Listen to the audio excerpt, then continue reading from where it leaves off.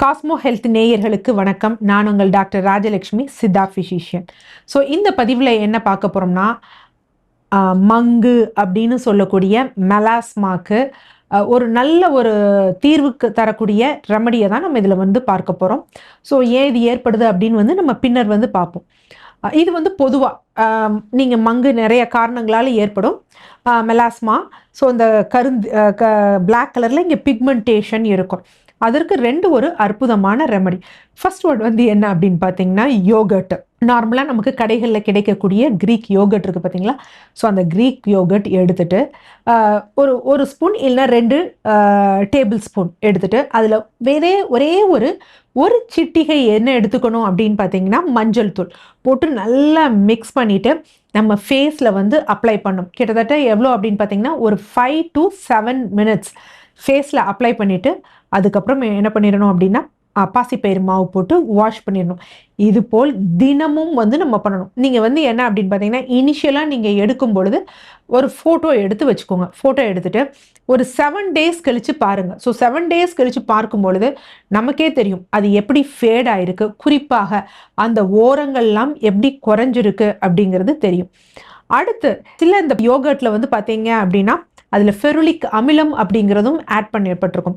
இந்த ஃபெருலிக் அமிலம் அப்படிங்கிறது இந்த இந்த லைன்ஸ், ஸ்கின்ல ரிங்கிள்ஸ் இருக்கிறது, லைன்ஸ் இருக்குது போன்றவற்றையும் குறைக்கக்கூடிய தன்மை இந்த ஃபெருலிக் அமிலம் இருக்குது. மற்றொன்று என்ன அப்படின்னு பார்த்தீங்கன்னா, தயிர். நம்ம நார்மல் தயிர் இருக்குது பார்த்தீங்களா, அதுலேயும் என்ன அப்படின்னா, மஞ்சள் தூள், அரை வாழைப்பழம், அதனுடன் தேன் கலந்து நல்லா மிக்ஸ் பண்ணிவிட்டு நல்லா பிளெண்ட் பண்ணிவிட்டு அதையும் ஃபேஸில் போட்டுட்டு ஒரு 5 to 8 minutes கழித்து வாஷ் பண்ணணும். இதையும் டெய்லி ஃபாலோ பண்ணணும். ஸோ நம்ம முகத்தில் எது போடணுன்னாலும் அது அசிடிக், இதில் லாக்டிக் ஆசிட் இருக்குது. ஸோ இதில் இந்த அசிடிக் தன்மை உடையதை தான் போடணும். அல்கலி தன்மை, அதாவது காரமானது போடக்கூடாது. அது ஸ்கின் பேரியரையும் அது டேமேஜ் பண்ணிடும். அது ஒரு விஷயம்.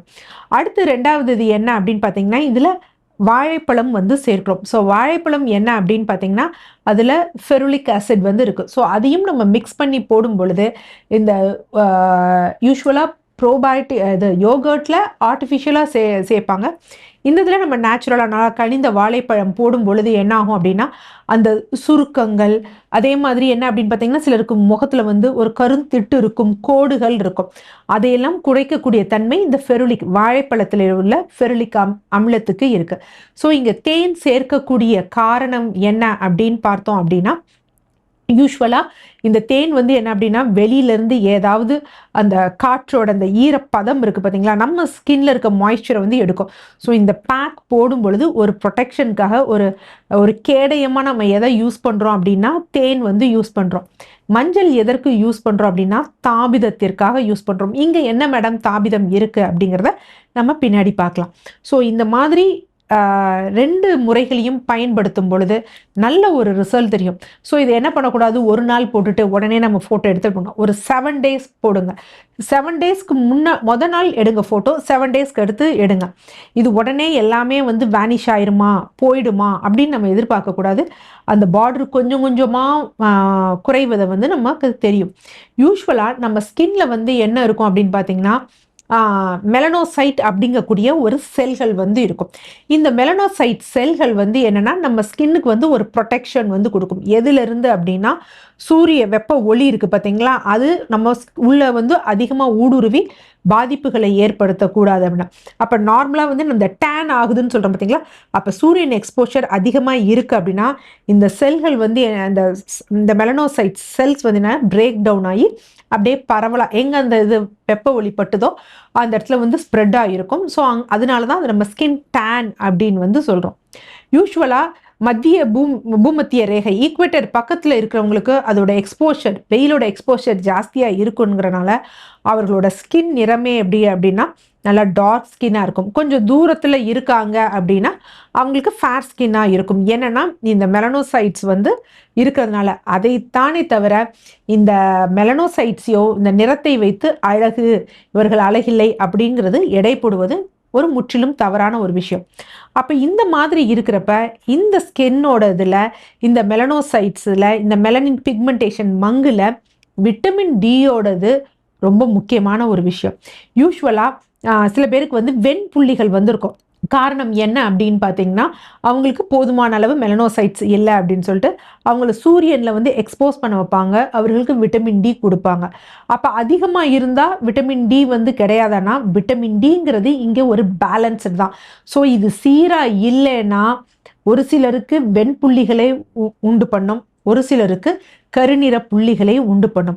அப்ப இந்த மாரி மெலாஸ்மா இருப்பவர்கள், உங்களோட விட்டமின் டி3 எவ்வளோ இருக்கு அப்படின்னு பார்த்துட்டு, விட்டமின் டி ரொம்ப கம்மியா இருக்கு. 20, 25க்கு கீழ கம்மியா இருந்ததுன்னா, மருத்துவரின் ஆலோசனையின் பேர்ல ஒரு குறைந்த கால அளவுக்கு நீங்க சப்ளிமெண்ட் எடுக்கும் பொழுது இன்னும் நல்ல பலன் தரும். ஏன்னா, இப்ப இந்த மெலாஸ்மா இருக்கும்பொழுது தான் நம்ம உங்களுக்கு சொல்லுவோம், ஹார்மோனல் இம்பேலன்ஸ் இருக்கு அப்படின்னு. ஸோ இந்த விட்டமின் டியும் ஹார்மோனல் இம்பேலன்ஸ்க்கு வந்து ரொம்ப ஒரு முக்கியமான ஒரு விஷயம். அடுத்து சில பேர் வந்து பார்த்தீங்கன்னா, டை வந்து யூஸ் பண்ணுவாங்க. ஸோ டை யூஸ் பண்றப்ப, அந்த டைல இருக்கக்கூடிய கன்டென்ட் அமோனியா, பிபிடி ரொம்ப முக்கியமா இருக்குது என்ன அப்படின்னு பார்த்தீங்கன்னா, பிபிடி. இந்த பிபிடி டைகள்ல எதற்கு கலக்குறாங்க அப்படின்னா, நமக்கு முடி வந்து நல்லா கருமை நிறமா உடனே இன்ஸ்டன்ட்டா பிளாக் கலரா வரணும் அப்படின்னு.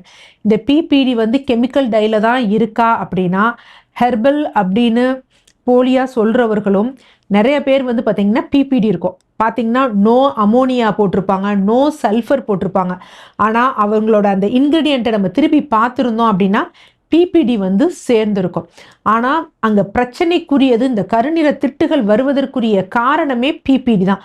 அதனால பிபிடி இல்லாத ஒரு டை இல்லை ஹேர் கலரிங் ஹெர்பல் ஆனாலும் அந்த மாதிரி நம்ம வந்து ப்ரிஃபர் பண்ணோன்னா இந்த மாதிரி கருநிற திட்டுகள் வந்து ஏற்படாது. ஸோ அப்போ என்ன அப்படின்னா, நீங்கள் உங்களுக்கு இந்த மாதிரி ஹேர் டையால் வந்தாலும் இதை எக்ஸ்டர்னலாக அப்ளை பண்ணலாம், உங்களுக்கு குறையும். ஆனால் நீங்கள் அந்த பிபிடி இல்லாத ஹேர் கலர் ஹேர் டையை வந்து நம்ம யூஸ் பண்ணணும். இதை அல்லாது விட்டமின் டி சத்து குறைபாடு இருக்குன்னா அதற்குரிய சப்ளிமெண்ட்ஸை நம்ம எடுக்கிறது இன்றியமையாத ஒரு விஷயம். இதை அல்லாது என்ன அப்படின்னு பார்த்தீங்கன்னா, கர்ப்ப காலங்களில் ஹார்மோனல் இம்பேலன்ஸ் ஏற்படும் பொழுது பெண்களுக்கு முகத்தில் வந்து ஏற்படும். அவங்களுக்கு வந்து என்ன அப்படின்னு சொல்லுவாங்கன்னா, கொலபோமா அப்படின்னு வந்து சொல்லுவாங்க. அது வந்து கொஞ்சம் அவங்க குழந்தை பிறந்த பிறகு நார்மலாகவே அது ஃபேட் ஆகி வந்து போயிடும். அது மாதிரி மெனோபாஸ் ஆகக்கூடிய காலங்களில் பெண்களுக்கு இது மாதிரி ஏற்படும். ஸோ அதுவும் ஹார்மோனல் இம்பேலன்ஸ், அவர்களுக்கு விட்டமின் டி குறைபாடு இருந்ததுன்னா அந்த சப்ளிமெண்ட்ஸ் எடுத்துட்டு அதனுடன் இந்த எக்ஸ்டர்னல் அப்ளிகேஷன் நம்ம ஃபாலோ பண்ணுறப்ப நல்ல ஒரு ரிசல்ட் வந்து இருக்கும். ஸோ மங்கு அப்படிங்கிறது ஒரு நோய் கிடையாது. நமக்கு சத்து குறைபாடு இருக்குது, இல்லை உடம்புல ஏதோ ஒரு டாக்ஸின்ஸ் இருக்குது, இல்லை ஒரு ஹார்மோனல் இம்பேலன்ஸ் இருக்குது அப்படிங்கிறத வெளியே காட்டக்கூடிய ஒரு சிம்டமேட்டிக் தான், நம்ம சைனாக தான் நம்ம தெரிஞ்சுக்கணுமே தவிர மங்கை நம்ம நோயாகவும் அழகு சார்ந்த விஷயமாகவும் பார்க்க வேண்டிய அவசியம் கிடையாது. நன்றி.